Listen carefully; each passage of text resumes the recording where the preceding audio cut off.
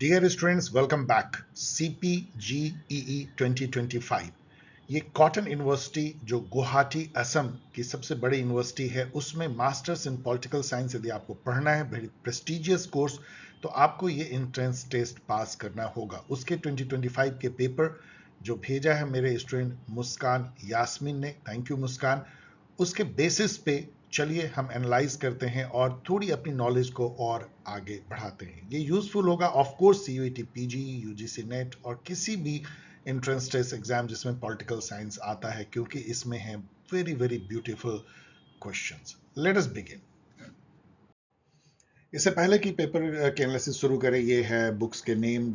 यहाँ पे मैंने एक एडिशनल बुक भी दिया है जो बहुत आप लोगों ने पॉपुलर बनाया है। ये बुक नहीं है, इनका लिंक यहाँ पे है जिसको आप क्लिक तो नहीं कर सकते हैं, यहाँ देख सकते हैं, लेकिन डिस्क्रिप्शन लिंक में क्लिक कर सकते हैं। नॉमिनल कॉस्ट पे है, one of the best books है, आप इसको अपने एग्जाम के लिए यूज कर सकते हैं। ओके, एक जनरल ऑब्जर्वेशन जो मैं हमेशा हर पेपर में देता हूँ, इसमें 50 क्वेश्चन है और मुझे बहुत आश्चर्य होता है कि कितना डिफरेंस है लेवल में। जो डिफरेंट एग्जाम सेटर हैं या जो डिफरेंट एग्जामिनेशन लेने वाली अथॉरिटी हैं, उनके पैटर्न में। ये असम की एक इंस्टीट्यूशन है जो एग्जाम ले रही है और इन्होंने बहुत ही ब्यूटीफुल, बहुत थॉट प्रोवोकिंग क्वेश्चन पूछे हैं जो किसी पॉलिटिकल साइंस स्टूडेंट को आने चाहिए। कुछ क्वेश्चन थोड़े अर्बिट हैं, लेकिन मोस्ट ऑफ द क्वेश्चन बहुत डीप हैं।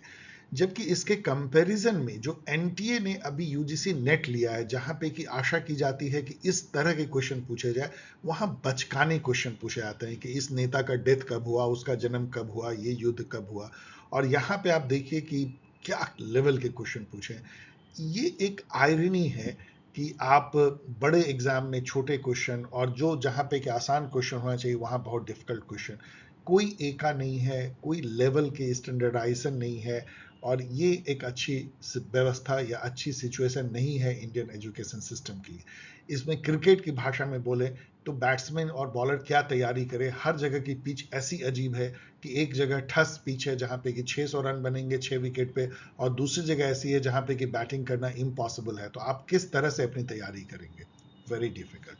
चलिए with this, but this is a beautiful paper, no doubt. चलिए स्टार्ट करते हैं। फर्स्ट क्वेश्चन आपके सामने है, ये रेड कलर में है, सॉरी कि मुस्कान ने इसी तरीके से भेजा है। विच one of the following interpreted the post world war II international economic order with the idea of embedded liberalism? ये इम्बेडेड लिबरलिज्म कई जगह आपको सुनाई पड़ा होगा, हो सकता है यदि आपने गौर से पॉलिटिकल साइंस को पढ़ा हो। इसको देने वाले जॉन रेगी थे, और जॉन रेगी ने इसको इस तरीके से कॉन्सेप्चुलाइज किया कि इसमें दो शब्द हैं। एक है लिबरलिज्म, जिसका मतलब होता है free trade, international cooperation, interdependence economic क्षेत्र में, ये सब जो कि ब्रेटन वुड कॉन्फ्रेंस से IMF वर्ल्ड बैंक वाली जो दुनिया थी उसमें हुआ, फ्री ट्रेड एंड ऑल। लेकिन दूसरी तरह इम्बेडेडनेस भी थी, जो स्टेट था, जो नई आज़ाद हुए हुए जो कंट्री अफ्रीका एशिया के थे, उनको अपने सोसाइटी में सोशल वेलफेयर भी लाना था, एक तरह का सोशलिस्ट टाइप की सोसाइटी, समतावाद भी लाना था, दुख दरिद्री गरीबी काफ़ी थी, भूखमरी, उसको भी दूर करना था। तो थोड़ी बहुत उन्हें प्रोटेक्शनिज्म भी अपनाना पड़ेगा, अपनी डोमेस्टिक इंडस्ट्री को हेल्प करना पड़ेगा। इन दोनों का जो मिला जुला जो रूप था, that was called embedded liberalism. मैंने यहाँ पे लिखा है, of course a difficult question, D आप कह सकते हैं इसको। आप देखेंगे कितने डिफिकल्ट क्वेश्चन इसमें है। सेकंड क्वेश्चन देखिए, which one of the following is attributed with the coinage of the term हेगोमनी? यहाँ पे आपको एक शीतल छाया मिलती है सेकंड क्वेश्चन में, क्योंकि ये डिफिकल्ट नहीं है। वी ऑल नो कि हेगेमनी का जो कॉन्सेप्ट है वो एंटोनियो ग्राम्स्की जुड़ा हुआ है। हेगेमनी का मतलब ये होता है, उन्होंने ये कहा था कि हेगेमनी एक तरह का आइडियोलॉजिकल सुप्रीमेसी है, कल्चरल आइडियोलॉजिकल डोमिनेंस, एक क्लास का दूसरे क्लास पे, जनरली बॉर्जोजीज क्लास या कैपिटलिस्ट क्लास का लेबर क्लास पे, वर्किंग क्लास पे, जहां पे कि लेबर क्लास या वर्किंग क्लास के जो वर्ल्ड व्यू होते हैं, उनके जो आइडियाज होते हैं, उनके थॉट होते हैं, उस पर ही कब्जा जमा लेती है कैपिटलिस्ट क्लास। और यदि ऐसा वो करती है, इस तरह का आइडियोलॉजिकल कब्जा, तो फिर मार पीट गोली बारूद की जरूरत नहीं है कैपिटलिज्म को जारी रखने के लिए, वो स्वतः ही जो है सैकड़ों सालों तक जारी रह सकता है। Hegemony, the concept Antonio Gramsci gave. Third देखो, the level of analysis in international relation are attributed to. ये भी आसान क्वेश्चन है, ये कई जगह पूछा गया है। लेवल ऑफ एनालिसिस मतलब किस लेवल पे, किस स्तर पे आप इंटरनेशनल रिलेशन को अच्छे से समझ सकते हैं। तो इसको 3 लेवल एनालिसिस जो है केनेथ वॉल्ज ने अपने book man state and war में 1959 में दिया था। फर्स्ट लेवल ऑफ कोर्स जो है सिस्टम लेवल है, मतलब इंटरनेशनल सिस्टम लेवल, जिसमें कि सभी स्टेट जो है एक सिस्टम का पार्ट बनते हैं। और जो मिडिल लेवल है वो यूनिट लेवल है, मतलब कि स्टेट लेवल। आप चाहें तो एक स्टेट को एनालाइज करके आईआर को समझ सकते हैं। अमेरिका को आप एनालाइज करें, अमेरिकन पॉलिसी को, चाइना की पॉलिसी को, डिफरेंट डिफरेंट जो इंपॉर्टेंट कंट्री है, और फिर आप आईआर को समझें। या एक ग्लोबल जो ऑर्डर है, जो सिस्टम है, जो अभी जैसे चेंज हो रही है, उसको समझने की कोशिश करें। बाइपोलर स्ट्रक्चर है या यूनिपोलर है, चाहे मल्टीपोलर, वो सिस्टम लेवल एनालिसिस है। या आप इंडिविजुअल लीडर ट्रंप के पर्सनैलिटी को, उनके साइकोलॉजी को, सी जिनपिंग के पर्सनैलिटी साइकोलॉजी, इस तरीके से यदि आप अध्ययन करें इंडिविजुअल लेवल पे, इनफैक्ट तीनों लेवल पे आप एक साथ यदि अध्ययन करेंगे तो आपको एक बिग पिक्चर मिलेगी। That is called level of analysis in IR. Kenneth Waltz, the father of structural या नियो रियलिज्म। यहाँ पे देखते हैं स्टीफन वॉल्ड जो नियो रियलिस्ट हैं, जॉन मेर्सियमर जो कि ऑफेंसिव नियो रियलिस्ट, और सबसे अभी जो जीवित लोगों में सबसे जो एक लीजेंड है आईआर के, जॉन मेर्सियमर। इनकी बातों को आप यूट्यूब पे सुन सकते हैं। जोसेफ नए हैं जिन्होंने कि सॉफ्ट पावर का कॉन्सेप्ट दिया था, और रॉबर्ट कोहेन के साथ मिलकर कॉम्प्लेक्स इंटरडिपेंडेंस। फोर्थ देखिए, which one of the following contends that system is composed of structure and of interacting units। तो इस तरह से सिस्टम को देखने वाले इंटरनेशनल रिलेशन में, सिस्टम मतलब ये होती है जो एक कंप्लीट होल होता है, जो बनी होती है इंटरेक्टिंग यूनिट से, जो आपस में एनर्जी मैटर से इंटरैक्ट करते हैं, जो अपने इन्वायरमेंट से इनपुट लेते हैं, प्रोसेस करते हैं, आउटपुट देते हैं। एक फीडबैक लूप भी होती है, और ये पूरा जो है एक सेल्फ रेगुलेटिंग इंटिटी होती है, जिसमें कि पार्ट्स जो है मिल करके होल को बनाते हैं, लेकिन whole become a distinct entity separate from part and some time more than the part. इस तरह का वर्ल्ड को एक सिस्टम लेवल पे समझने की कोशिश सबसे पहले और बड़े पैमाने पे केनेथ वॉल्ज ने की थी। उसी से जो है उन्होंने स्ट्रक्चरल एक रियलिज्म जो है वो कॉन्सेप्ट लेकर के आए। यहाँ पे रॉबर्ट गिल्पिन दिखते हैं, जो कि इनको भी आप नियो रियलिस्ट समझ सकते हैं। ये हेजोमनिक स्टेबिलिटी थ्योरी के लिए जाने जाते हैं। इमैनुअल कांत एक लिबरल रिपब्लिकन आईआर थिंकर माने जाते हैं। कॉस्मोपॉलिटनिज्म के लिए जाने जाते हैं। परपेचुअल पीस थीसिस के लिए जाने जाते हैं। रॉबर्ट कोहेन, जैसा मैंने कहा, जो जोसेफ नई के साथ मिल करके कॉम्प्लेक्स इंटरडिपेंडेंस की थ्योरी देते हैं। ये क्वेश्चन को आप मीडियम लेवल का कह सकते हैं। नेक्स्ट क्वेश्चन देखिए, the concept of knowledge constitutive interest was provided by. अब यहां से क्वेश्चन ये टफ हो जाती है। नॉलेज कंस्टिट्यूटिव इंटरेस्ट, वैसे आप इसको गेस कर सकते हैं कि ये ह्यूर्गन हेबरमास होंगे, जो कि फ्रैंकफर्ट स्कूल के बहुत बड़े थिंकर हैं, डेलिबरेटिव डेमोक्रेसी के इंटेलेक्चुअल फादर हैं, कम्युनिकेटिव एक्शन थ्योरी के लिए जाने जाते हैं। इन्होंने एक बुक लिखा था नॉलेज एंड ह्यूमन इंटरेस्ट 1968 में। मतलब कि जो नॉलेज है वो कितने तरीके से ह्यूमन इंटरेस्ट से जुड़ा होता है, इवन नॉलेज पावर से जुड़ा होता है, ये भी जो है क्रिटिकल थ्योरी में माना जाता है। और इसके बारे में आप नेट पे पढ़ सकते हैं। सही आंसर है Jurgen Habermas, but difficult question. यहाँ पे रॉबर्ट कॉक्स दिखते हैं, जिन्होंने कहा था कि कोई भी थ्योरी जो है न्यूट्रल नहीं होती है, theory is for someone for some purpose. Robert Cox critical thinker.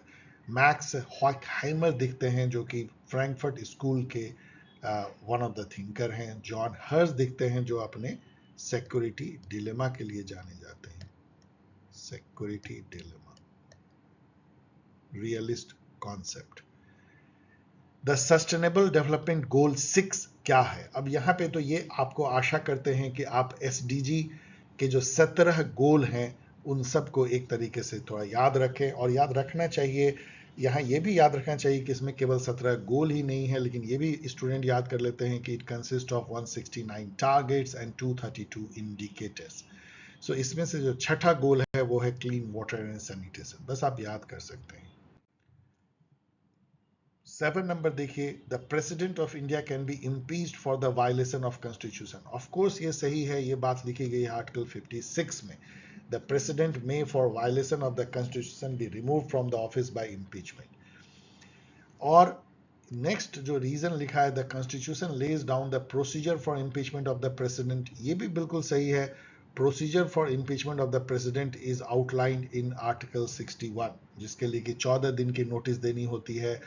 किसी भी हाउस के स्टार्ट करना चाहता है इम्पीचमेंट तो 1/4 मेंबर को 14 दिन की नोटिस देनी पड़ेगी, और यदि वो मोशन एक्सेप्ट हो जाता है तो फिर उसको 2/3 मेजोरिटी, गौर कीजिए कि 2/3, प्योर 2/3 मेजोरिटी, इसको सुपर स्पेशल मेजोरिटी कहते हैं, उससे उस हाउस को पारित करना पड़ेगा, और फिर दूसरे हाउस को चार्ज को इन्वेस्टिगेट करना पड़ेगा, जिसमें प्रेसिडेंट अपने को रिप्रेजेंट कर सकते हैं। और फिर यदि वो हाउस भी सुपर स्पेशल मेजोरिटी यानी कि 2/3 मेजोरिटी से पास कर दे तो फिर प्रेसिडेंट इम्पीच माने जाएंगे। So this all is written in article 61। तो ये भी सही है और ये भी सही है, लेकिन ये इसका एक्सप्लेनेशन है। यस, कहा भी जा सकता है, यस एक्सप्लेनेशन है, तो आप ए के साथ जाइए। 8 नंबर क्वेश्चन देखिए, which amongst the following was inserted by 42nd constitutional amendment 1976 in the preamble to the Indian constitution. तो ये क्वेश्चन इतना घिसा पिटा है, अब ये क्वेश्चन आसान हो जाता है, ये क्वेश्चन मीडियम लेवल का है। वी ऑल नो कि 42nd अमेंडमेंट 1976 ने सोशलिस्ट, सेकुलर और इंटीग्रिटी वर्ड जो इंसर्ट किया था, फर्स्ट टाइम प्रीएम्बल मॉडिफाई हुआ था। यहाँ ये भी इंपॉर्टेंट है कि अभी इस पे एक बवाल मचा हुआ है, खास करके सेकुलर और सोशलिस्ट टर्म पे। बीजेपी पार्टी और उनके कुछ गवर्नमेंट के भी लोग इस पक्ष में हैं कि ये इमरजेंसी के टाइम में डाला गया, इसको पॉपुलर मैंडेट नहीं था और इसको हटा देना चाहिए कॉन्स्टिट्यूशन से। इस पर एक विवाद चल रही है। Consider the following statement regarding zero hour. Zero hour होता क्या है? क्वेश्चन आवर 11 से 12 चलती है, उसके बाद 1 घंटे तक बिना किसी प्रायर नोटिस के कोई भी मेंबर कोई भी क्वेश्चन मंत्री से पूछ सकते हैं, लेकिन मंत्री उसका जवाब देने के लिए बाध्य नहीं होते हैं। एक तरह का एक खाली घंटा जो कि लंच के पहले होता है और लंच के बाद लेजिस्लेटिव प्रोसेस और जो सीरियस मैटर होती है। So zero hour is the first hour of the parliament sitting. ये गलत है, question our is the first hour. तो 1 को आप हटा दीजिए तो 1 गायब हो गया। इसका मतलब इन दोनों में से ही कोई हो सकता है ट्रू। एक में है 2 ओनली और एक में 2 3। तो 3 को देखते हैं तो 2 तो इसका मतलब सही होगा ही कि zero hour is not mention in the rule of procedure.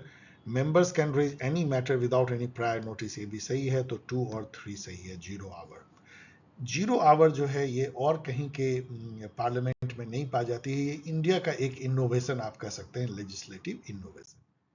10 नंबर क्वेश्चन देखिए, which of the following special powers have been conferred on the Rajya Sabha by the constitution of India. 2 ही पावर राज्यसभा को स्पेशल है। एक की ये एक रिजोल्यूशन पास कर सकते हैं, किस मेजोरिटी से? स्पेशल मेजोरिटी से आई थिंक, जिससे कि पार्लियामेंट जो है लॉ बना सकती है स्टेट लिस्ट पे। यदि राज्यसभा ऐसा पास कर दे, आर्टिकल 249 कहता है, और लोकसभा भी इसको एग्री कर ले, 249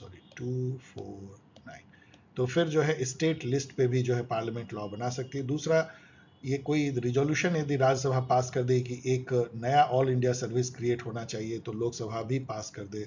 तो इसमें तो creation of all India service and parliament making law on state list, दोनों जो है ये स्पेशल पावर राज्यसभा के हैं। यहाँ पे लोकसभा के भी 2 स्पेशल पावर समझ लीजिए। एक, नो कॉन्फिडेंस मोशन केवल लोकसभा में ही लाई जा सकती है, because council of minister is only collectively responsible to Lok Sabha, not to the parliament per से।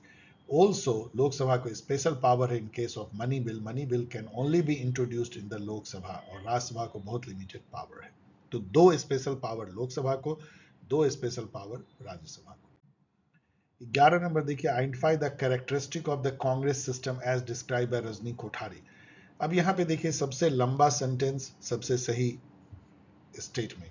1 पार्टी डोमिनेंस तो था ही, लेकिन उसके अंदर में ही कांग्रेस में डिफरेंट फैक्शंस थे जो कि अपोजिशन का काम करते थे। वो अपोजिशन के साथ नेटवर्क करके एक तरीके से अपोजिशन पार्टी का काम करते थे, क्योंकि अपोजिशन पार्टी इतनी स्ट्रांग उस समय में नहीं हुई थी। सो सी जो है वो सबसे अच्छे से जो है रजनी कोठारी के कांग्रेस सिस्टम को दर्शाता है। आप मेरी वीडियो इस पे देख सकते हैं।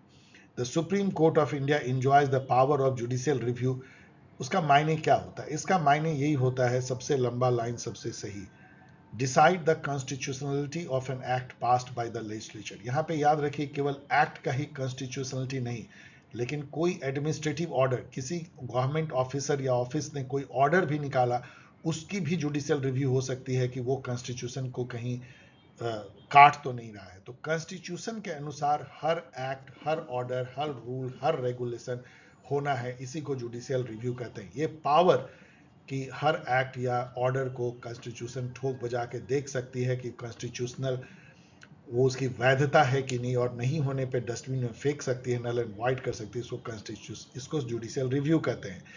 ये जुडिशियल रिव्यू जो पावर है, ऐसा कॉन्स्टिट्यूशन में कहीं लिखा हुआ नहीं है कि कोर्ट को जुडिशियल रिव्यू की पावर होगी, बल्कि इसको जो है आर्टिकल 13(2) जिसमें ये लिखा हुआ है कि कोई भी एक्ट यदि पास होता है और वो फंडामेंटल राइट को इन्फ्रिंज करता है, तो सुप्रीम कोर्ट उसको रिव्यू करके नल एंड वाइड कर सकती है टू दैट एक्सटेंट। इसी से जो है जुडिशियल रिव्यू की पावर कोर्ट ड्रॉ करता है, गौर कीजिएगा। 13 नंबर देखिए, which one of the following is not included in article 19 of the Indian constitution pertaining to the right to freedom. अब यहाँ पे सबसे बड़ा जो सेंटेंस वही सबसे सही है। Basically right to minority to establish and administer educational institution, article 29 या 30 में होगी, मुझे लगता है आर्टिकल 30 में होगी। 29 और 30 दोनों जो है माइनॉरिटी के कल्चरल लिंग्विस्टिक राइट को प्रोटेक्ट करती है, ग्रुप राइट है, और ये तीनों जो है फ्रीडम है, जो 6 फ्रीडम के अंदर आते हैं आर्टिकल 19 में। तो यहाँ पे जो 6 फ्रीडम है और उसका जो सीक्वेंस गौर कीजिएगा, ये भी पूछा जाता है किस सीक्वेंस में आयोजित हैं। फर्स्ट जो है वो है freedom of speech and expression, दूसरा है assemble peacefully without arms, to form association जिसमें कि कोऑपरेटिव भी है, to move freely throughout the territory of India, to reside in settle any part of the territory of India, to practise any profession or carry out any trade business. ये 6 है, इसको याद कर लीजिए। उसमें से ये तो नहीं है क्योंकि ये तो अलग ही फंडामेंटल राइट है, ACD है।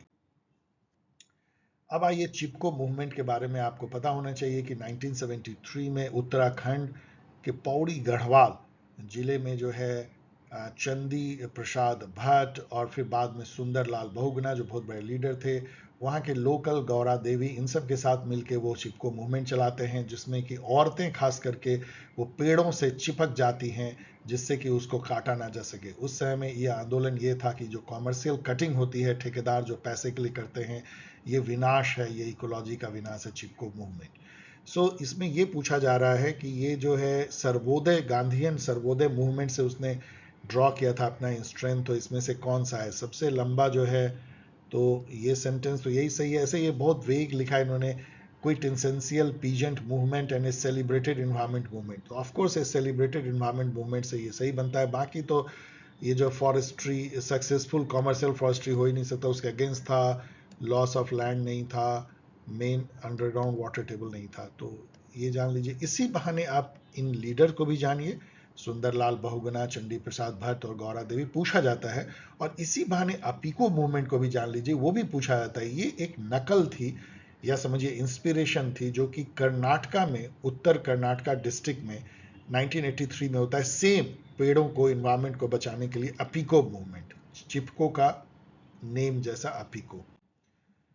15 नंबर देखिए, the government of India act 1919 को क्या कहा जाता था। ये तो मैं हमेशा बोल देता हूं, तो आप यदि मेरे वीडियो को सुनते हो तो कितनी बार सुन चुके होंगे। इसका दूसरा नाम था मॉन्टेग चेसनफोर्ड रिफॉर्म। इसको और थोड़ा जानिए। गवर्नमेंट ऑफ इंडिया एक्ट 1919, जिसमें कि प्रोविंसेस में, स्टेट में, उस समय के जो प्रोविंसेस होते उसमें डीआरची लाया गया। आप सोचेंगे डीआरची क्या है, तो डीआरची डुअल गवर्नमेंट था। उस समय में 2 टाइप के जो है मिनिस्टर होते थे। एक जो वहाँ के जो गवर्नर होते थे, उनके एग्जीक्यूटिव काउंसिल में नॉमिनेटेड मेंबर होते, समझिए वो मिनिस्टर हैं आज के। और एक जो है अभी जैसे जनता के द्वारा चुने गए जो रिप्रेजेंटेटिव होते हैं, वो भी मिनिस्टर बनते थे।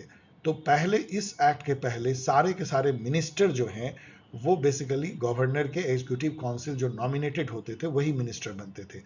जो जनता के द्वारा जो चुने गए उसको भी कुछ मिनिस्ट्री दी गई, और कुछ मिनिस्ट्री जो है वो रही नॉमिनेटेड मेंबर के पास। इस तरह की डुअल व्यवस्था को डीआरची कहा गया, जो प्रोविंसेस में लाया गया। इसके अलावा जो सेपरेट इलेक्टोरेट कि सिख चुनेंगे सिख रिप्रेजेंटेटिव को, ये सिख्स के लिए, इंडियन क्रिश्चियन के लिए, एंग्लो इंडियन के लिए और यूरोपियन के लिए लाई गई। आपको पता होना चाहिए कि सेपरेट इलेक्टोरेट की जो व्यवस्था है वो मॉर्ले मिंटो रिफॉर्म, जिसको कि गवर्नमेंट ऑफ इंडिया एक्ट 1909 कहते हैं, उससे इसकी शुरुआत होती है, उससे इसकी शुरुआत होती है।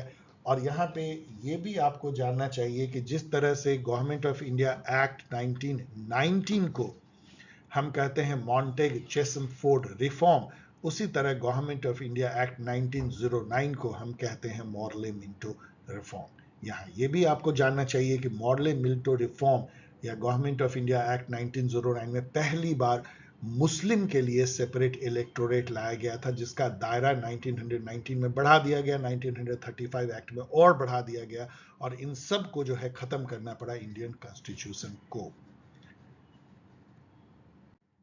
नेक्स्ट क्वेश्चन देखिए, ये क्वेश्चन आपको आसान भी है डिफिकल्ट भी है। इसका आसान इसलिए है कि हटिंगटन की जो बुक है क्लास ऑफ सिविलाइजेशन, ये कोई भी पॉलिटिकल साइंस का स्टूडेंट नहीं भूल सकता है। तो यदि आपको मैच करने आएगा the clash of civilization and the remaking of the world order, इसका टाइटल को पूरा याद भी कर लीजिए, तो 2 का बी, लेकिन प्रॉब्लम यह है कि 2 का बी जो है 3 जगह है, तो आपको इससे कोई ज्यादा राहत नहीं मिली, एक ही हटा। लेकिन दूसरा आपको इसका सॉल्यूशन दे देता है E.H. कार की जो बुक है द 20-year क्राइसिस, इसका भी पूरा टाइटल देखिए, an introduction to the study of international relation. ये एक रियलिस्ट अकाउंट है उस समय के वर्ल्ड का। तो ये 4 का डी है और 4 का डी और 2 का बी केवल एक ही में है, तो आपको इससे जो है हल हो जाता है। इससे ये भी आपको समझ में आता है कि 2 और बहुत इंटरेस्टिंग बुक की टाइटल 1 का see the clash of idea in world politics जो है, ये जॉन ओवेन की बुक है, और क्लास ऑफ आइडियोलॉजीज जो बुक है वो मार्क हास की है। तो इसको याद कर लीजिए आगे के एग्जाम के लिए, लेकिन इन 2 से आपका काम चल जाता है। Samuel Huntington, E.H. कार आपको बचा लेते हैं, इसलिए ये मीडियम लेवल का क्वेश्चन है। नेक्स्ट क्वेश्चन देखिए 17, which of the following non permanent member countries are currently representing the Asia Pacific group APG in the United Nation Security Council. ये आपको कुछ इंफॉर्मेशन देता है और फिर पूछता है, आपको ये बताता है कि UNSC में कुछ टेम्पोररी मेंबर होते हैं जो कि 10 हैं। परमानेंट मेंबर आपको पता है P5 हैं, रसिया, UK, USA, चाइना और फ्रांस, ये तो P5 हो गए। और उसके अलावा जो है जर्मनी को P5+1 में शामिल किया जाता है, छठा। और 10 टेम्पोररी मेंबर होते हैं। अभी टेम्पोररी मेंबर में जो है पाकिस्तान शामिल है, कोरिया भी शामिल है, जो कि एशिया पैसिफिक ग्रुप से आते हैं। अब आपको ये भी पता होना चाहिए कि जो जुलाई का महीना है जिसमें अभी हम लोग ये वीडियो बना रहे हैं, वहां पे पाकिस्तान जो है 1 महीने के लिए UNSC का प्रेसिडेंट बना हुआ है। हम लोग के लिए तो कोई अच्छी खबर ये है नहीं। हर महीने जो है अल्फाबेटिकली रोटेट होता है, और एक जो मेंबर होते हैं वो 15 मेंबर हैं, तो 15 महीने के लिए, एक एक महीने के लिए UNSC के प्रेसिडेंट बनते हैं। पाकिस्तान बना हुआ है अभी। इससे आपको ये भी पता लगता है कि जो ये रिप्रेजेंटेशन है 10 लोगों का, वो ग्रुप वाइज होता है, और एक एशिया पैसिफिक ग्रुप होगी जिससे कि 2 मेंबर चुने गए हैं, पाकिस्तान, रिपब्लिक ऑफ कोरिया।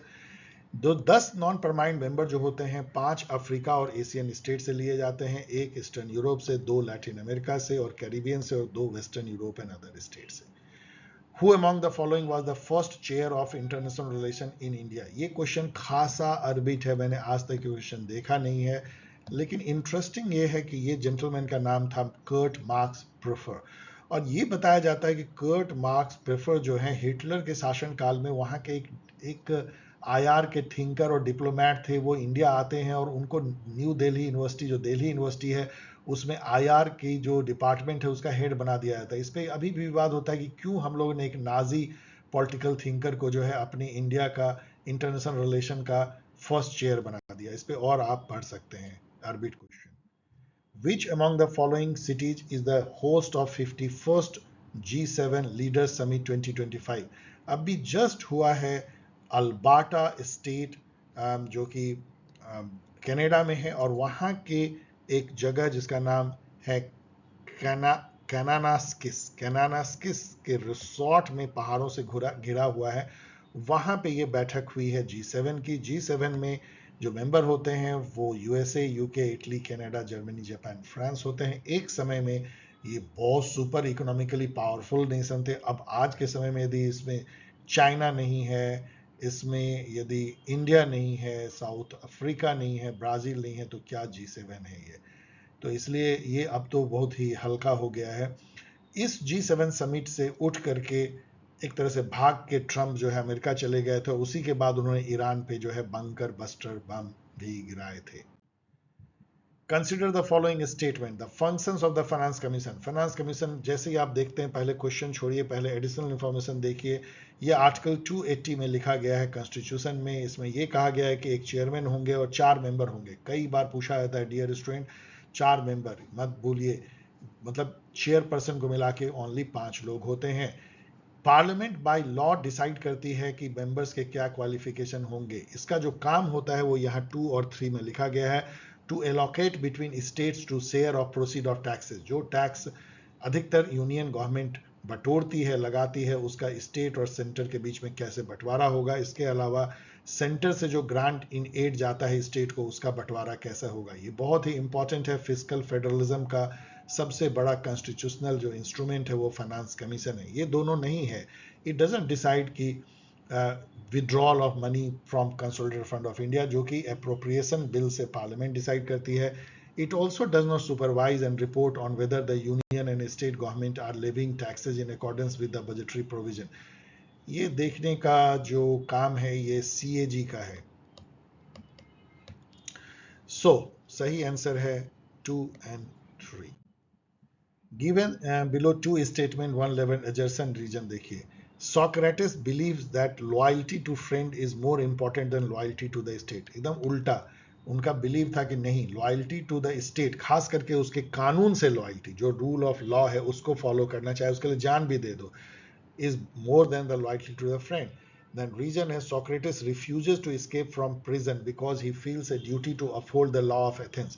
उन्होंने कहा कि मुझे मर जाना स्वीकार है। यदि एथेंस के कानून के अनुसार मुझे मृत्यु दंड दिया गया तो मैं भागूंगा नहीं, मैं मृत्यु दंड स्वीकार करूंगा, क्योंकि मैं लॉयल हूं to the law of the Athens, मेरे स्टेट का। तो रीजन तो सही है लेकिन एजर्सन रॉन्ग है। So A is false but R is true. 22 देखिए, which of the following best reflect the difference between Rousseau's and Locke's view on the contrast between an English factory labour and a Native American chief. यहाँ पे आके question highly conceptual हो जाता है and very beautiful. मुझे लगता है कि इस तरह के क्वेश्चन यदि पूछने शुरू करें एनटीए भी, तो कंट्री में पॉलिटिकल साइंस सब्जेक्ट में स्टूडेंट का बहुत भला होगा। अब यहाँ पे देखिए, आप याद कीजिए कि रूसो जो है वो नोबल सैवेज कॉन्सेप्ट देते हैं। उनके अनुसार से स्टेट ऑफ नेचर में जब कोई सिविल सोसाइटी नहीं है तो एक ट्रू फ्रीडम है। व्यक्ति अपने में जीता है, अपने आप में जीता है, दूसरे की नज़र में नहीं जीता है। उसमें केवल सेल्फ प्रिजर्वेशन और पीटी की भावना है, और वो बहुत ही, जिसको बोलते हैं, बहुत कम में फ्रूगल लेकिन कंटेंटेड लाइफ जो है, पीसफुल लाइफ जीता है। तो नेटिव अमेरिकन चीफ उसी तरह का, नेटिव अमेरिकन मतलब जबकि वहाँ पे सिविल सोसाइटी नहीं बना था, जब यूरोपियन लोग अमेरिका को आधिपत्य नहीं जमाए थे, तो उस समय का जो नेटिव अमेरिकन चीफ है वो ट्रू फ्रीडम एंजॉय करता है नोबल सैवेज की। और इंग्लिश फैक्ट्री लेबरर जो है वो लॉक के अनुसार से एक सिविल सोसाइटी में रहता है, जहाँ पे कि कानून का राज है, रिप्रेजेंटेटिव गवर्नमेंट है, तो वो जो है कॉन्स्टिट्यूशनल फ्रीडम को एंजॉय करता है। सिविल सोसाइटी में लॉ के अनुसार जो फ्रीडम होती है उसको एंजॉय करता है। तो ये बातें जो है, सबसे लंबा लाइन ये है, Rousseau would consider the native American chief more free because he lives without artificial inequality. कोई सिविल सोसाइटी नहीं है, कोई प्रॉपर्टी, प्राइवेट प्रॉपर्टी कॉन्सेप्ट नहीं है, तो वहाँ पे कोई कन्वेंशनल इनइक्वलिटी नहीं है। While Locke would see the factory laborer as participating in a civil society that secures property and liberty through law। तो ये दोनों ही जो है ये सही है दोनों के। देखिए दोनों कितने अलग तरीके से फ्रीडम को और लॉ को और लाइफ को, सिविल सोसाइटी को देखते हैं।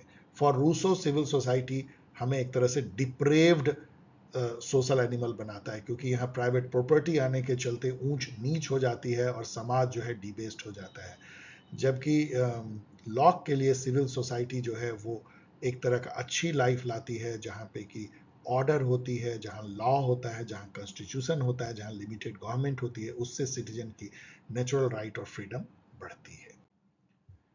How do Marx's critique of primitive accumulation and Locke's account of the state of nature reflect different uses of hypothetical history in explaining the origin of property and inequality? Another very deep question, जहाँ पे कि history को hypothetically हम recreate जब करते हैं, तो एक ही हिस्ट्री को मार्क्स कैसे देखते हैं और लॉक कैसे देखते हैं as per as property is concerned. मार्क्स के अनुसार हिस्टोरिकली जो है प्रॉपर्टी जिसने भी जुटाया है, जो कैपिटलिस्ट बने हैं, वो एक्सप्लॉयटेशन है, वो कोई सीधे रास्ते से नहीं हुई है, वो मार पीट और गलत छद्म से हुई है। वहीं से शुरुआत होती है एक तरह का वायलेंट एक्सप्रोप्रिएशन या एक्सप्लॉयटेशन की, प्राइवेट प्रॉपर्टी की। जबकि लॉक जो है ऐसे देखते हैं प्रॉपर्टी को कि जब कोई संपत्ति किसी के द्वारा ओन्ड नहीं था, तो उस समय में जिसने अपने फिजिकल लेबर को नेचुरल इंटिटी में मिक्स किया वो उसका ओन हो गया, और इस पीसफुल तरीके से लोगों ने जो प्रॉपर्टी एक्वायर की वो कोई गलत नहीं है, वो सही है और उसकी रक्षा होनी चाहिए, राइट टू प्रॉपर्टी। ये सारी बातें सबसे लंबा लाइन, सबसे सही लाइन में लिखा है, the Locke uses hypothetical history to justify the natural emergence of private property through individual labour by mixing labor in the natural entity, unowned natural entity, जिसको labor theory of property कहते हैं. While Marx uses it critically to expose how myths of peaceful accumulation, वो कहते हैं lock का जो ये peaceful accumulation है सब झूठ है, ये सब डंडे गोली बारूद मारपीट के तौर पे जो है हथियाया गया है कुछ बलशाली लोगों द्वारा प्रॉपर्टी, और प्रॉपर्टी हथियाना ही अपने आप में है कि आपने किसी को दबा कुचलाया है, और वही दबा कुचला समाज कैपिटलिस्ट समाज है. Which of the following best captures Mary Wollstonecraft argument about the relationship between reason, virtue and gender inequality in a vindication of right of women? ये बुक को आप कैसे भूल सकते हैं? अगेन तीसरा जो है एक डीप लेवल क्वेश्चन, जहां पे सबसे बड़ा सेंटेंस, सबसे सही सेंटेंस, वोल्स्टनक्राफ्ट कहती है अपने इस बुक में कि जो रीजन है, जो सेंस ऑफ रीजन, वो गॉड ने मैन और वुमेन को दोनों को बराबर दिया है, और ऐसा नहीं है कि वुमेन को रीजन कम दिया है ज्यादा दिया है, लेकिन वो जो रीजन होता है वो एम्ब्रायोनिक फॉर्म में होता है, उसको लाइफ लॉन्ग जो है इनकलकेट करना पड़ता है, उसके लिए एजुकेशन इज रिक्वायर्ड. यहाँ पे प्रॉब्लम यह है कि मेल ने उस एजुकेशन पे अपना जो है मोनोपोली जमा लिया है, औरतों को उससे निकाल दिया है, इसलिए औरतों की रीजन जो है, सेंस ऑफ रीजन, वो उसी सुसुप्ता अवस्था मतलब एम्ब्रायोनिक फॉर्म में रह जाती है, वो फ्लरिश नहीं होती है, उसी के चलते वो बुद्धू नजर आती है, उनको बुद्धू बनाया जाता है. और जिसके पास भी सेंस ऑफ रीजन होगा उसके पास में वर्चू होगा, मतलब अच्छे कैरेक्टर, अच्छे गुण होंगे. इसीलिए वर्चू रीजन जो है ये दोनों में, मेल और फीमेल में बराबर हैं. इसके बेसिस पे जेंडर में इनइक्वलिटी जो की जाती है वो छद्म है, वो गलत है. So Wollstonecraft insist that women like men are rational being, दोनों रैशनल है, दोनों रीजन है, and must be educated accordingly, because virtue being grounded in reason is not gendered but universal and necessary for citizenship. दोनों बराबर citizen है. 25th देखिए, how does Alexandra Kollontai challenges both liberal feminism and traditional Marxism in her theory of women's emancipation under socialism. आप Alexandra Kollontai पे मेरे video को देखिए, उन्होंने कैसे जो है एक्सप्लेन किया है. यहाँ पे जो सबसे लंबा सेंटेंस वही सबसे सही है. She believes that women's liberation requires not only collective ownership of production, जो कि मार्क्सिस्ट थॉट है, but also a radical reorganisation of emotional and domestic life. वो कहती हैं कि डोमेस्टिक लाइफ में जो ये बच्चों को पालना, सेवा करना, कपड़े धोना, मेंडिंग, घर का साफ सफाई, ये सब भी जो है कलेक्टिव होना चाहिए, समाज को मिलकर करना चाहिए.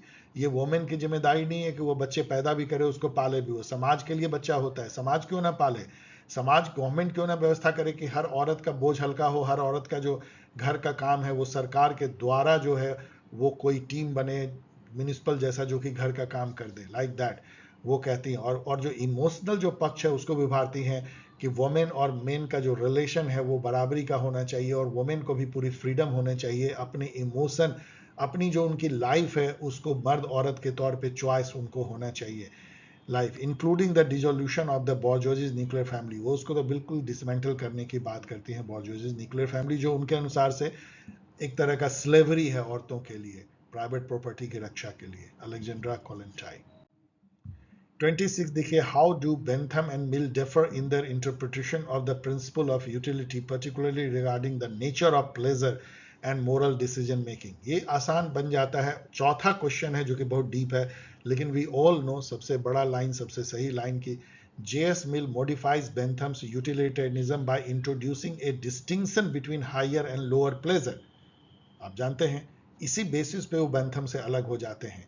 वो कहते भी हैं कि मैं वो पीटर हूं जो अपनी गुरु की बातों से डिफर करता है. ये लाइन मैंने अभी किसी disobeyed, I am the Peter who disobeyed his master, like that, वो कहते भी हैं, क्योंकि उन्होंने जो यूटिलिटेरियनिज्म थी बेंथम की, उसको एक मोरल ग्राउंड इस बेसिस पे दिया कि ऐसा नहीं है कि हर प्लेजर जो है वो अर्थमेटिकली इक्वल होता है, नो, कुछ प्लेजर हायर होते हैं, कुछ लोअर। जो मेंटल प्लेजर होते हैं, जैसे मैं अभी प्लेजर ड्रॉ कर रहा हूँ आपको पढ़ा के वीडियो, ये एक हायर है।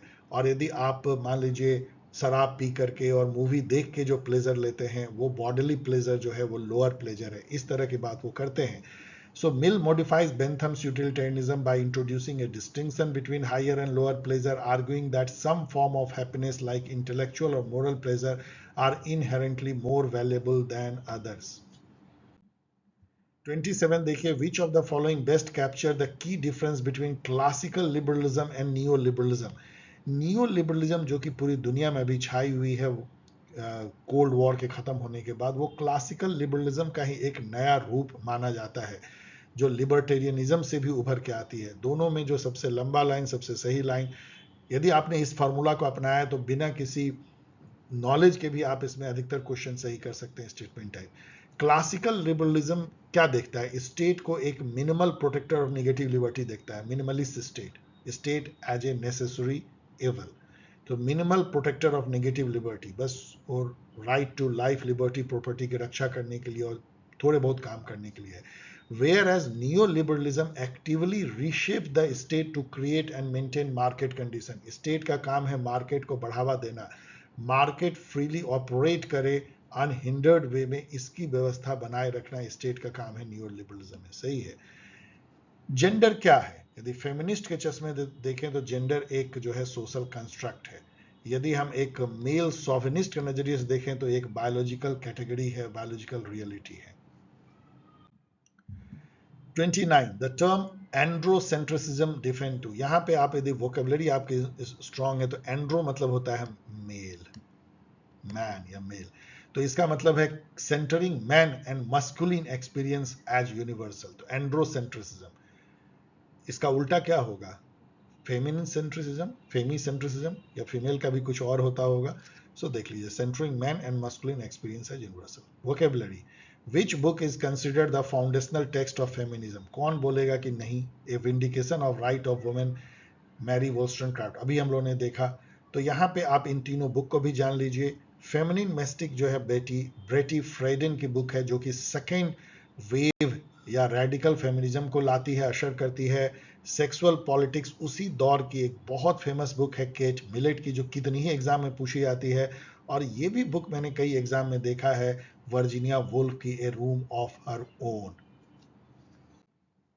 Which feminist strand is credited with the slogan personal is political? वही जो अभी हम लोग डिस्कस कर रहे थे, ब्रेटी फ्रेडन की the feminine mistake, the second wave feminism और रेडिकल फेमिनिज्म। इस नारे को कैरोल हैनिश ने दिया है, वो भी स्टूडेंट याद कर लेते हैं। शाहबानो केस क्या था, किससे रिलेट करता था? सबसे लंबा स्टेटमेंट फ्रेज, सबसे सही, uniform civil code and Muslim women's right. Of course हुआ ये था, बड़ी इंटरेस्टिंग कहानी है। 1985 में एक 62 साल की वुमेन होती है मुस्लिम साहबानो, उसके हस्बैंड जो एक लॉयर होते हैं, वो उनको तलाक दे देते हैं, तलाक तलाक तलाक वाले मेथड से, और उनको कहते हैं कि भाई तुम्हें हम कोई मेंटेनेंस तो देंगे नहीं, तुमको जो 3 महीने का इद्दत का पीरियड होता है उसमें जो तुमको महर की रस्म होती है, जो शादी के टाइम में मुस्लिम में एक महर होती है, महर पता लगा कि 1000-2000 रुपये का था, क्योंकि 43 साल पहले शादी हुई थी, बस वही मैं दूंगा, यही हमारे मुस्लिम पर्सनल लॉ में है। वो वुमेन चली जाती है, कोर्ट में मामला पहुंचता है सुप्रीम कोर्ट में, वहां पे 125 सेक्शन जो है सीआरपीसी का, क्रिमिनल प्रोसीजर कोड, आईपीसी की धारा, उसके तहत ये लिखा हुआ है कि हर मर्द जो अपने पत्नी को तलाक देता है, उसको जिंदा रखने के लिए उसको मेंटेनेंस देना होगा, यदि औरत नहीं कमाती और मर्द कमाता है तो। इस बेसिस पे सुप्रीम कोर्ट ने कहा नथिंग डूइंग, मुस्लिम पर्सनल लॉ में कुछ भी हो, ये मानवता का ख्याल है कि आपको जो है मेंटेनेंस अपनी पत्नी को देना होगा। और उन्होंने आर्टिकल 44 का भी जिक्र किया, जिसमें यूनिफॉर्म सिविल कोड की बात की गई है।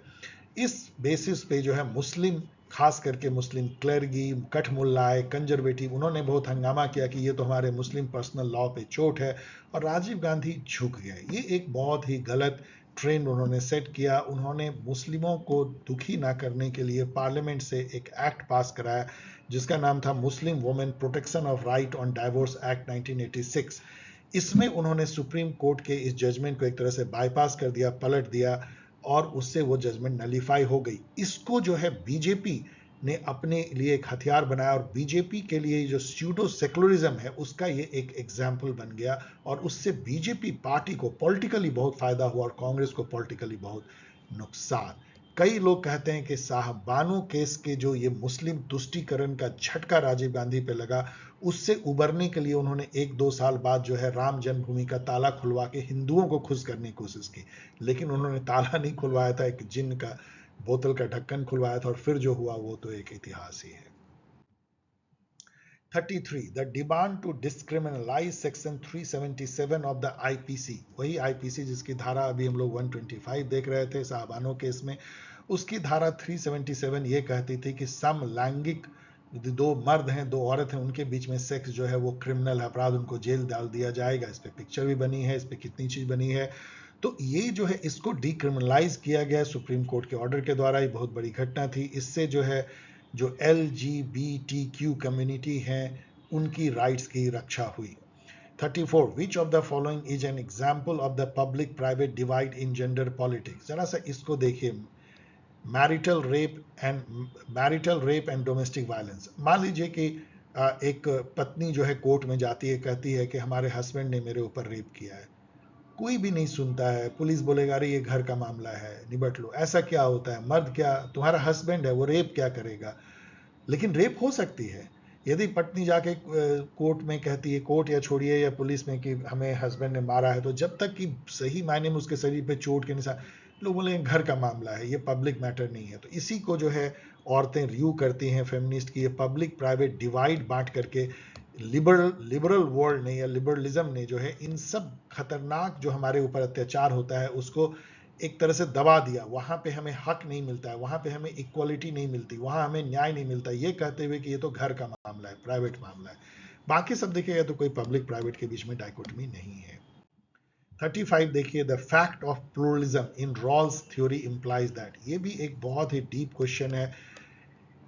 जॉन रॉल एक बुक लिखते हैं पॉलिटिकल लिबरलिज्म 1993 में, जिसमें वो बहुत सारी बातों के अलावा ये एक्सप्लेन करते हैं कि एक स्टेबल और जस्ट सोसाइटी जो है वो, उसमें बहुत ज़्यादा पॉलिटिकल प्लूरलिज्म होगा। मतलब कि जो डिफरेंट इंडिविजुअल है, कम्युनिटी है, वो जो फाउंडेशनल वैल्यू है कि लिबर्टी क्या है, राइट्स क्या है, जस्टिस क्या है, इक्वलिटी क्या है, मल्टी कल्चरलिज्म क्या है, माइनॉरिटी राइट क्या है, इन सब पे बहुत विभेद होगा, बहुत डिफरेंसेस होंगे ओपिनियन में। हर व्यक्ति अलग हो सकता है, लेकिन फिर भी जो जस्टिस का जो कॉन्सेप्शन है, पॉलिटिकल कॉन्सेप्शन ऑफ जस्टिस, उसमें एक ओवरलैपिंग कंसेंसस होगा, जिससे कि जस्टिस जो है वहां पे रियलाइज की जा सके, इंस्टीट्यूशन बनाया जाए।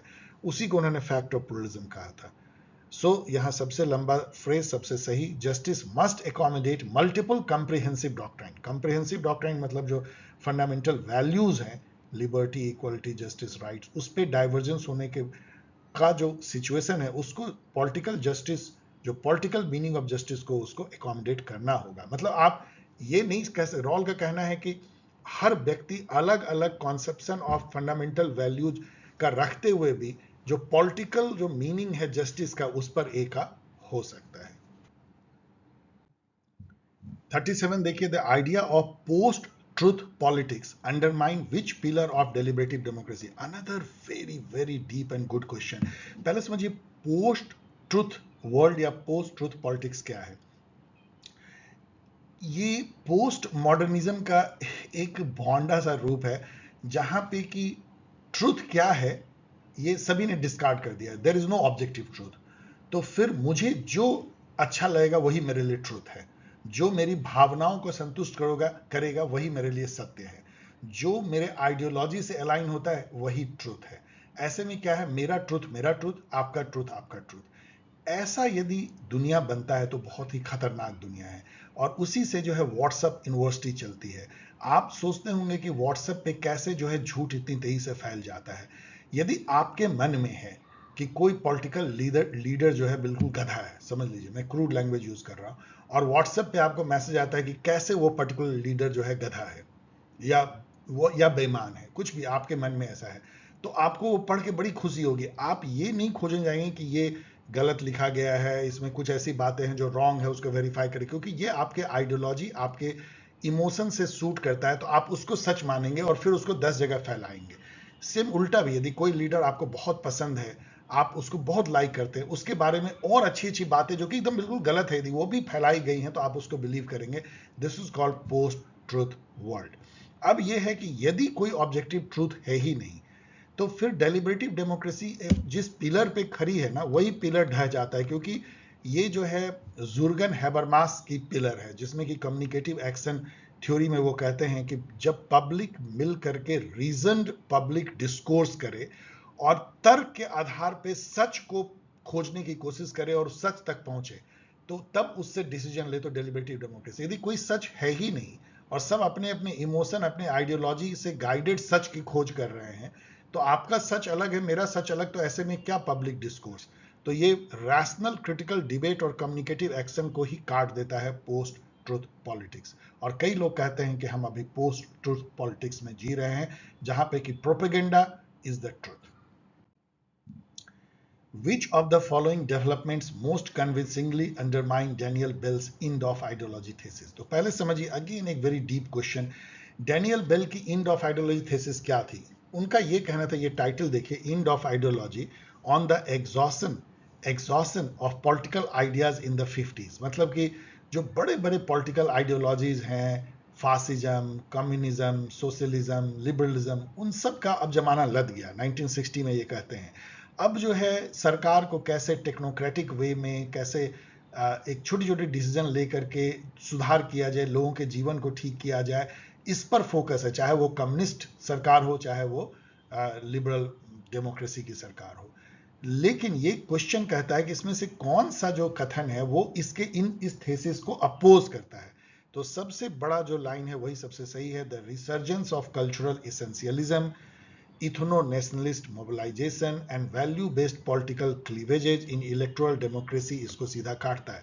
ये सब जो है कल्चरल इसेंशियलिज्म, इथनो-नेशनलिस्ट मोबिलाइजेशन और वैल्यू बेस्ड पॉलिटिकल क्लीवेजेज, सभी जो है डिफरेंट न्यू आइडियोलॉजीज के उभरने की कहानी है। तो यदि लगातार न्यू आइडियोलॉजीज डिफरेंट डिफरेंट जगह पे उभर रहे हैं, तो एंड ऑफ आइडियोलॉजी कहाँ हुई है? सी स्टेटमेंट।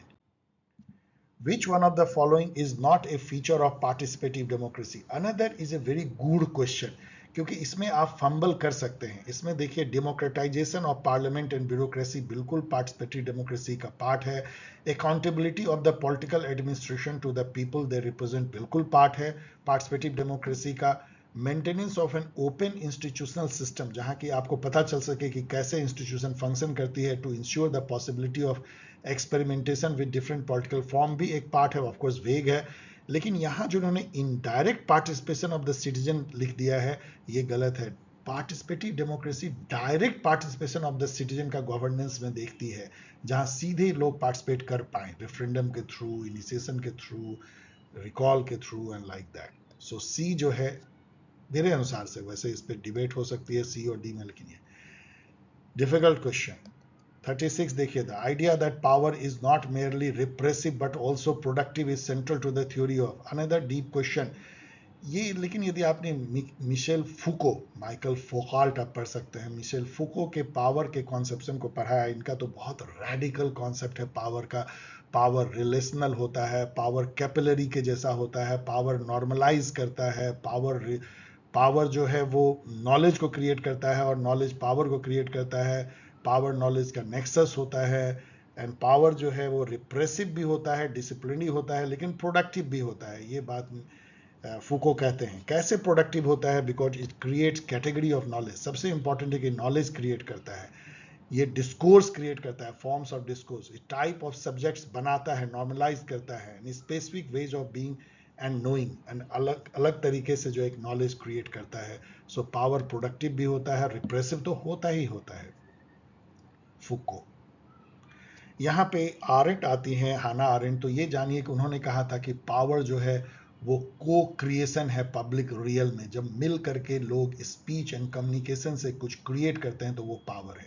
उन्होंने ये भी कहा था कि पावर और वायलेंस एक दूसरे के अपोजिट है, जहां वायलेंस है वहां पावर नहीं है। तो उन्होंने पावर को एक अलग तरीके से देखा था। मैकियावेलिकली तो सब कुछ पावर है, स्टेट जो है पावर को रिप्रेजेंट करता है।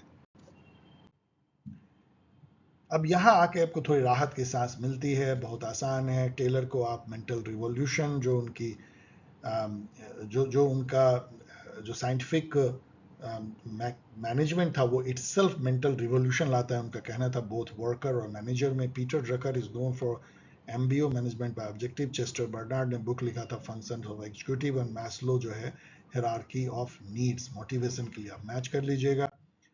41 देखिए, which medieval Indian political thinker advocated the policy of Sulh Kul. ये भी आपको एक राहत देती है। सुलह कुल फर ई आजादी फर ओके, जो लाइट का जो कॉन्सेप्ट उनका था।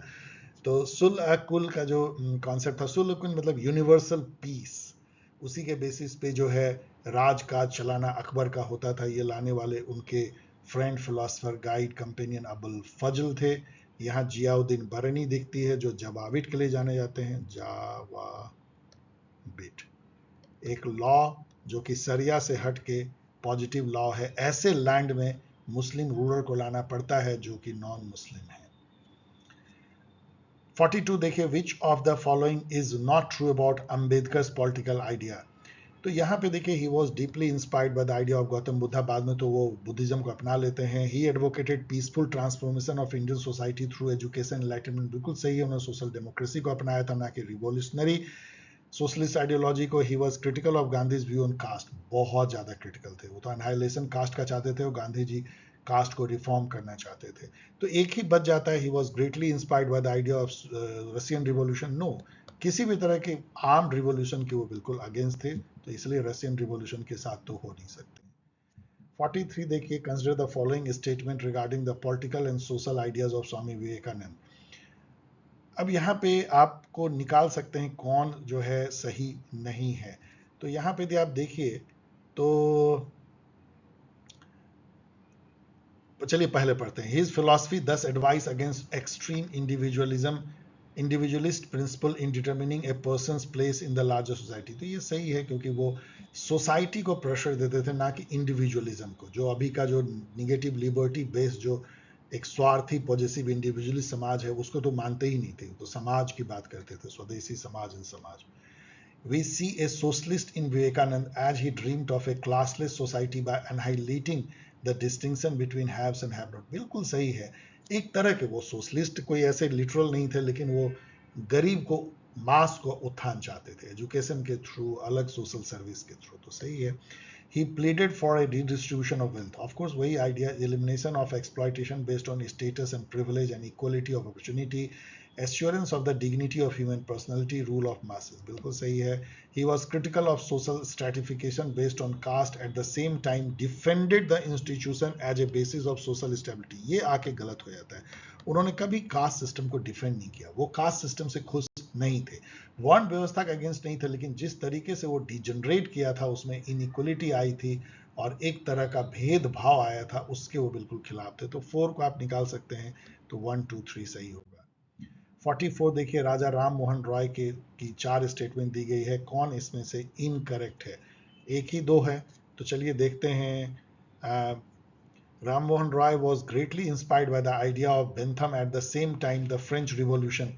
बिल्कुल, ये एक यूटिलिटेरियन थिंकर थे, और बेंथम को तो अपना मतलब गुरु मानते थे, उसके बहुत बड़े फैन थे। ही कंपाइल्ड द परसेप्ट ऑफ जेसस, ये बिल्कुल सही है, लिखा था उन्होंने book. He supported the introduction of rationality and modernity in the field of religion, as he saw religious practices to be the root of many social evil in India। बिल्कुल सही। He endorsed the view that British rule shall contribute towards the development of democratic institution in India। In fact सही है, उन्होंने कहा था कि British rule एक God send opportunity है कि हम अपने को रिफॉर्म कर लें, अपना पॉलिटिकल इंस्टीट्यूशन बना लें, फिर वो चले जाएंगे। इसलिए इसमें से कोई भी जो है गलत नहीं है। None is the right answer. Very very difficult question, none. Which of the following is not true about Shramanic tradition of Indian political thought? आपको मैंने पढ़ाया है ब्राह्मणिक वर्सेस श्रमणिक। ब्राह्मणिक जो है वो ब्राह्मणिकल हिंदुइज्म किस तरीके से समाज और पॉलिटिक्स को देखती है, और श्रमणिक जैसे कि बुद्धिज्म, जैनिज्म, योगा, सिद्धा एंड अदर जो नॉन जो मेन स्ट्रीम, जिसको हेट्रोडॉक्सियल या हेट्रोडॉक्स जो ट्रेडिशन जो हमारे हमारे जो एक स्पिरिचुअलिटी की है उसको श्रामणिक जो है रिप्रेजेंट करते हैं। श्रामणिक जो है जनरली इंडिविजुअलिस्टिक होते हैं, वो भगवान या आफ्टर लाइफ इस तरह से बिलीव नहीं करते, वो वर्ण आश्रम धर्म को नहीं मानते, ऑथोरिटी ऑफ वेदा को नहीं मानते, जो कास्ट सिस्टम है उसको नहीं मानते हैं। वो इंडिविजुअल सीधा साल्वेशन प्राप्त कर सकता है तपस्या से, एसिटिसिज्म से, समाज में एक समता होना चाहिए, ऊंच नीच नहीं होनी चाहिए, इस तरह की बातें वो करते हैं।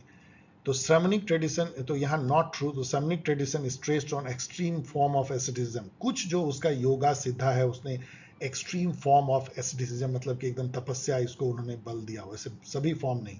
The Shramanic tradition rejected the authority of Veda, of course the Shramanic tradition advocated for a more egalitarian society, समतावादी समाज बेस्ड ऑन इंडिविजुअल एफर्ट, एकदम सही है। Shramanic emphasize the importance of dharma, तो अब यहीं पे कट जाएगा क्योंकि चौथा है ये, विच can be understood as righteous conduct, ethical principle and the natural order. No, धर्मा को वो नेचुरल ऑर्डर नहीं मानते थे। ऑफ कोर्स बुद्धिस्ट धम्मा जो है वो धर्मा जैसा है, लेकिन वो एक तरह का राइटियसनेस तक तो है, लेकिन कोई नेचुरल ऑर्डर नहीं है, वर्ण आश्रम धर्म जैसा कि कॉस्मिक ऑर्डर, इसलिए इसको आप हटा सकते हैं। सबसे वीक यही है। Which of the following is true about Manu's theory of state, यहाँ आके क्वेश्चन थोड़ी गलत भी लगती है। फर्स्ट है Manu believed in divine origin of the state, सही है। Manu viewed the state in organic unity, which each of the 7 elements of the state playing a crucial role in its survival and functioning. These elements are interconnected and interdependent. मेरे अनुसार से ये सही है, क्योंकि जैसे कौटिल्य ने सप्तांग थ्योरी दिया था उससे बहुत मिलता जुलता मनु की भी जो है 7 लिम जो है स्टेट के, तो वो एक ऑर्गेनिक यूनिटी जैसी है, स्टेट एक ऑर्गेनिज्म के तौर पे दिखता है, तो ये भी सही है। Manu upheld the importance of social order, कौन बोलेगा नहीं, कास्ट सिस्टम तो सोशल ऑर्डर ही था। Manu gave importance to natural order as the basis of just governance, ये भी सही है। उनके अनुसार से वर्ण आश्रम धर्म जो है एक नेचुरल ऑर्डर है और उसको मेंटेन करके ही जस्ट गवर्नेंस हो सकता है, तो इसमें कोई भी जो है ऐसा नहीं है कि एक सही है, इसमें से सभी सही है, तो ये एक तरह से इनवैलिड क्वेश्चन है। 47 देखिए, consider the following statement about गया हाइपोथेसिस। गया हाइपोथेसिस जो है जेम्स लवलॉक ने दिया, ये तो सही है, 3 जरूर होना चाहिए, इसमें 3 नहीं है तो गायब हो गया। अब आगे देखिए, it talks about the evolution of life on earth, ऐसा कुछ भी नहीं है, ये कोई evolution of life of earth को नहीं देखते, तो 1 हटा दीजिए, 1 इससे हट गया। तो अब इन दोनों में देखिए क्या सही है, तो 2 and 4 को देखते हैं। 2 जो है, it assumes the earth has a self regulating entity with all organism and inorganic surroundings are closely integrated to form a single and self-regulating complex system maintaining the life condition. ये बिल्कुल सही है, यही गया हाइपोथेसिस को 5 बार पढ़ लीजिए तो 2 होगा, इसका मतलब कि 2, 3, 4 होगा ही, इसका मतलब 4 भी सही होगा। Gaia evolves through a cybernetic feedback system operated unconsciously by the biota, leading to broad stabilization of the condition of habituality. तो बड़ी जो ब्ला ब्ला है, यहाँ cybernetic दिखता है, science of communication and control, biota देख लीजिएगा क्या होता है। तो ठीक है, 2, 3, 4 difficult question. 48 consider the following statement. अब ये तो मुझे भी कुछ पता नहीं था, नागाज कैसे लड़े थे एंड ऑल, लेकिन इन दोनों में एक ही सही हो सकता है, या तो नागा जो है एलाइड फोर्स के साथ लड़े होंगे, या वो उसके अगेंस्ट में, यहाँ पे अमेरिकन के अगेंस्ट लड़ते हैं, यहाँ ब्रिटिश जापानीज के अगेंस्ट। तो हम लोग सबको पता है कि जापानीज ने अटैक किया था इंडिया पे वर्ल्ड वॉर 2 के टाइम में, मतलब नॉर्थ ईस्ट इंडिया पे, उन्होंने अंडमान निकोबार को कब्जा भिजवा लिया था, तो ये सही होगा, ये गलत होगा, तो 2 गलत होगा, तो 2 गलत जिसमें होगा वो नहीं हो सकता है correct. Okay, Japan is the first country, ये दोनों को मैंने नेट पे देखा, सही है कि Japan first country to have procured India's permission to carry out excavation and to find possible mortal remains of the World War II, और अमेरिका को भी ये जो है राइट इंडिया ने बाद में दिया। तो ये 3, इसमें कोई ऐसा ऑप्शन है ही नहीं जो 1, 3, 4 हो, इसलिए ये भी क्वेश्चन जो है चैलेंज किया जाएगा।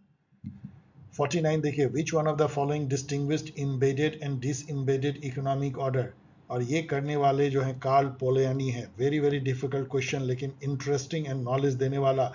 कार्ल पोलियानी की जो सेमिनल वर्क है द ग्रेट ट्रांसफॉर्मेशन, उसको कभी भूलिएगा मत, इस तरह की बुक को कभी मत भूलिएगा डियर स्टूडेंट, कई एग्जाम में आपको हेल्प करेगा। इसमें वो जो है एक तरह का देते हैं कि जो समाज, जो इकोनॉमिक ट्रांसफॉर्मेशन हुआ है कैपिटलिस्ट एज में, 1944 में लिख रहे थे, जबकि समझिए कैपिटलिज्म पूरे अपने सबाब पे था, एक तरह से वर्ल्ड वॉर 2 खत्म हो रहा था उस टाइम में। तो उनका कहना था कि पहले के जो रूल थे, जो राजा रजवाड़ों वाली जो है, वो इम्बेडेड थे सोशल रिलेशन में। इसका मतलब ये था कि इकोनॉमिक एक्टिविटी जो है सबॉर्डिनेट थे social, religious and political norms के। लेकिन जो वर्ल्ड कैपिटलिज्म का वर्ल्ड आया एडम स्मिथ का, जहां मार्केट्स का इनविजिबल हैंड ही सब कुछ करता है, वहां मार्केट या इकोनॉमिक डोमेन जो है वो डिसइम्बेड हो गया समाज के सोशल नॉर्म, रिलीजियस नॉर्म से। अब उसकी अपनी जो है एक दुनिया हो गई, वो छा गया। और वो डिसइम्बेड मतलब इम्बेडेडनेस मतलब कि वो समाज से कट गया, मार्केट अलग हो गया, सिविल सोसाइटी से अलग हो गया, इस टाइप की वो बात करते हैं। So embedded and disembedded economic order, Karl Polanyi. 50, the last question, which one of the following thinkers is most closely associated with the development of classical realism in international relation theory? ये आपको राहत की सांस देगा, क्योंकि आपको पता है हांस मर्गनथाउ ने अपने इस book politics among nation, the struggle for power and peace, ध्यान रखिए कि एक सवाल पूछा था कि इनका सेकेंड टाइटल क्या है, और यहाँ पे पीस को पहले कर दिया, पावर बाद में, the struggle for piece and power, और स्टूडेंट कंफ्यूज हुए थे। तो सेकेंड टाइटल हमें याद रखना चाहिए, बहुत जगह आपको हेल्प होगा, उससे बुक के थीम को समझने में भी आसानी होती है। हांस मर्गनथाउ ने इस बुक में 6 प्रिंसिपल दिए क्लासिकल लिबरलिज्म के, क्लासिकल रियलिज्म के, आपको जरूर याद होना चाहिए। यहाँ पे ये भी याद कर लीजिए कि इस 6 प्रिंसिपल को जे आन टिकनर ने जो है फेमिनिस्ट पर्सपेक्टिव से रिफॉर्मुलेट भी किया था। अब डियर स्टूडेंट समझिए कि इतने भयानक पेपर, ऑफ कोर्स मुझे बहुत मजा आया क्योंकि मेरा ज्ञान कुछ बढ़ा, और मुझे लगता है कि मेरे स्टूडेंट जो ज्ञान बढ़ाने के लिए मेरे चैनल को देखते हैं उनको बड़ी मजा आया होगा। लेकिन जिन स्टूडेंट, मेरे स्टूडेंट ने सीपीजी दिया, उनको मजा बिल्कुल नहीं आया होगा, क्योंकि ये बहुत टफ पेपर है। अब आप कहेंगे सर क्या कट ऑफ जाएगी? मेरे अनुसार से तो यदि आप 25 इसमें क्वेश्चन सही कर दें, बल्ले बल्ले आप बिल्कुल निकल जाएंगे, क्योंकि इस पेपर में कट ऑफ बहुत लो जाने वाला है। लेकिन यदि मेरी एक ट्रिक को आप याद रखें कि सबसे लंबा सेंटेंस, सबसे सही स्टेटमेंट, सबसे सही ऑप्शन, तो आपके 10 क्वेश्चन तो ऐसे ही निकल जाएंगे ब्लाइंड। यदि किसी ने ऐसे स्मार्ट खेला है तो वो 35 भी ला सकता है, but otherwise it will be very difficult to get more than 25 question right. So dear student, thanks for watching this long video. और यदि आप इंतजार कर रहे हैं, मुझे पता है इतने मेल मिल रहे हैं, इसलिए मैंने सोचा कि यहाँ डिक्लेयर कर दूं। यदि आप यहाँ तक पहुँच गए हैं तो आप इसको देख सकते हैं कि फाउंडेशन सीवीटी पीजी का जो बैच है वो ज़्यादा चांस है कि अगस्त सितंबर में स्टार्ट होगा। आप अभी जो है पास्ट ईयर पेपर और लास्ट 5 ईयर बुक और सीवीटी पीजी गाइड देखें। आप नए एडिशन के लिए वेट मत करें, क्योंकि वो बिल्कुल अप टू डेट है, अमेजन पे है, और उसको तब तक तैयारी करें। फाउंडेशन बैच के लिए इंतजार करें, 1-2 महीने के बाद ही लॉन्च होगा। यूजीसी नेट दिसंबर 2025 साइकिल के यदि आप वेट कर रहे हैं ऑनलाइन टेस्ट सीरीज, तो ये भी अगस्त सितंबर में लॉन्च होने की पूरी संभावना है। यदि आप मुझसे बातें करना चाहते हैं, सवाल पूछना चाहते हैं, तो ये सारे मेथड है। मुझे बहुत आश्चर्य होता है कि अभी भी स्टूडेंट पूछते हैं सर आपसे मैं कैसे कांटेक्ट कर सकता हूँ। This is the way you can contact. आप यहाँ देख सकते हैं, वेबसाइट है, ईमेल है, टेलीग्राम चैनल है, ट्विटर है जिसको आप एक्स कहते हैं। तो यहाँ पे आप जा करके आप आसानी से, और सब में चूंकि @PaulScience है तो आपको याद रखने की भी जरूरत नहीं है, POLSC हेल्प। चलिए मिलते हैं किसी एक और वीडियो के साथ, तब तक के लिए टेक केयर, बी हैप्पी।